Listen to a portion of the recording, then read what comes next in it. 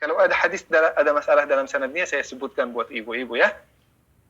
Rasul sallallahu alaihi wasallam bersabda, "Hafizul Quran yushaffa' fi 'asharatin min ashabih." Apa artinya? Paham tidak? Ibu-ibu. Nah, kata Rasulullah sallallahu alaihi wasallam, terjemah hadis ini, hafiz Al-Quran, orang-orang yang menghafal Al-Quran selama dia di dunia, maka Allah subhanahu wa ta'ala akan memberikan kepada dia kesempatan supaya dia menolong 10 orang yang ditakdirkan oleh Allah subhanahu wa ta'ala masuk neraka. Maka akan dikeluarkan dari neraka jahanam 10 orang. Oleh siapa? Oleh hafiz Al-Quran. Tapi orang yang mati syahid itu akan memberi syafaat kepada 70 orang.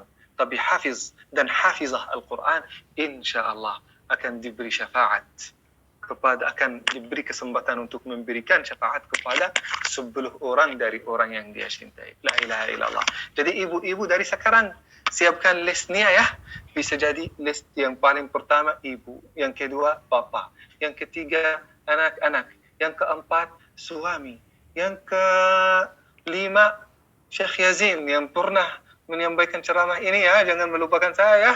Nah, setelah itu teman-teman yang saya cintai, yang teman sekolah, teman kampus, saat reuni itu orangnya baik, orang yang pernah melakukan kebaikan kepada saya, ayo insya Allah saya akan memberikan syafaat kepada mereka semua. Karena list ini insya Allah akan menjadi salah satu sumber motivasi bagi kita untuk memperhatikan Al-Quran. Kita sayang sama orang tua kita, ayo kita balas kebaikan mereka. Kita sayang kepada mereka, ayo kita membahagiakan mereka. Kita sayang sama suami kita, ayo saya membahagiakan dia dan menyelamatkan dia di dunia dan juga di akhirat di sisi Allah subhanahu wa ta'ala. La ilaha illallah. Ini luar biasa ya ibu-ibu yang dimuliakan Allah subhanahu wa ta'ala. Tapi keutamaan yang paling tinggi itu yang saya ingin sampaikan kepada ibu-ibu, itu yang paling luar biasa. Masih ingat perintah Allah yang paling pertama di dunia itu apa? Masih ingat atau sudah lupa? Apa? Iqra, kan? Iqra bismi rabbikal ladzi khalaq. Itu perintah pertama, tidak ada perintah sebelumnya. Begitu juga ibu-ibu yang dimuliakan Allah Subhanahu wa taala, ada perintah dari Allah Subhanahu wa taala paling pertama kepada manusia hari kiamat. Apa itu? Dalam hadis Rasulullah sallallahu alaihi wasallam.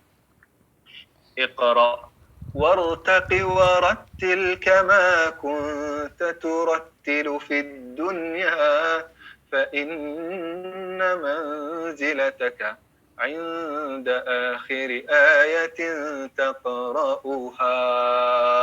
اقرأ sama di dunia iqra, di akhirat juga iqra. Tapi beda sekali iqra di dunia dengan iqra yang di akhirat. Iqra di dunia supaya kita bacakan, supaya kita belajar. Tapi iqra di akhirat supaya kita dites mana yang memperhatikan Al-Quran, mana yang tidak. Mana yang jujur setia sama Al-Quran, mana yang tidak. Mana yang beriman, yang selalu setia sama Al-Quran, mana yang mengabaikan Al-Quran. Nah, coba kita bacakan hadis dengan bahasa Indonesianya. Nah, iqra kama kunta turattil fid dunya. Bacalah sebagaimana engkau baca di dunia. Perhatikan ini ya ibu-ibu yang dimuliakan Allah Subhanahu wa taala. Sebagaimana engkau baca di dunia. Kalau bacaan kita di dunia itu baik, maka insya Allah baik bacaan kita di sisi Allah Subhanahu wa taala. Kalau bacaan kita di dunia itu selama kita di dunia banyak kesalahan, banyak berantakan, tajwidnya tidak sempurna, sifat huruf tidak pernah belajar, makharijul huruf tidak pernah diperhatikan. Nah, bacaan kita akan berantakan juga di sisi Allah Subhanahu wa taala. La ilaha illallah. Coba bayangkan ya ibu-ibu yang dimuliakan Allah Subhanahu wa taala, kalau kita belum mempelajari Al-Quran sebagaimana yang disampaikan tadi itu huruf bahasa Arab yang tidak ada dalam bahasa Indonesia, ada a, ada sa, ada ha. Itu mesti harus kita mempelajarinya karena kita tidak boleh membacakan Al-Quran sesuai dengan background kita dalam bahasa Indonesia. Karena bahasa Arab itu 100% fully different. Beda dibandingkan dengan bahasa Indonesia. Kalau kita membacakan Alhamdulillah, apa artinya? Segala puji bagi Allah. Itu setiap hari kita membacakannya di dalam salat.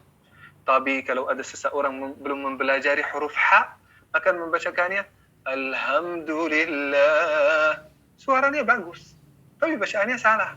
Karena H jadi H, Alhamdulillah. Nah, segala puji bagi Allah, jadi artinya segala kerusakan bagi Allah. Astaghfirullah, ya Allah. Setiap kali saya ingat ini, saya menjadi sangat sedih. Karena hampir 99% dari masyarakat Indonesia masih membacakannya seperti itu. Dan itu setiap kali kita salat, kita membacakannya seperti itu. Kita ingin memuji Allah dengan niat yang baik, malah kita mencela Allah. Coba, bukan hanya di dalam salat, coba kalau disuruh di hadapan Allah hari kiamat untuk membacakan Al-Quran sebagaimana kita membacakannya di dunia.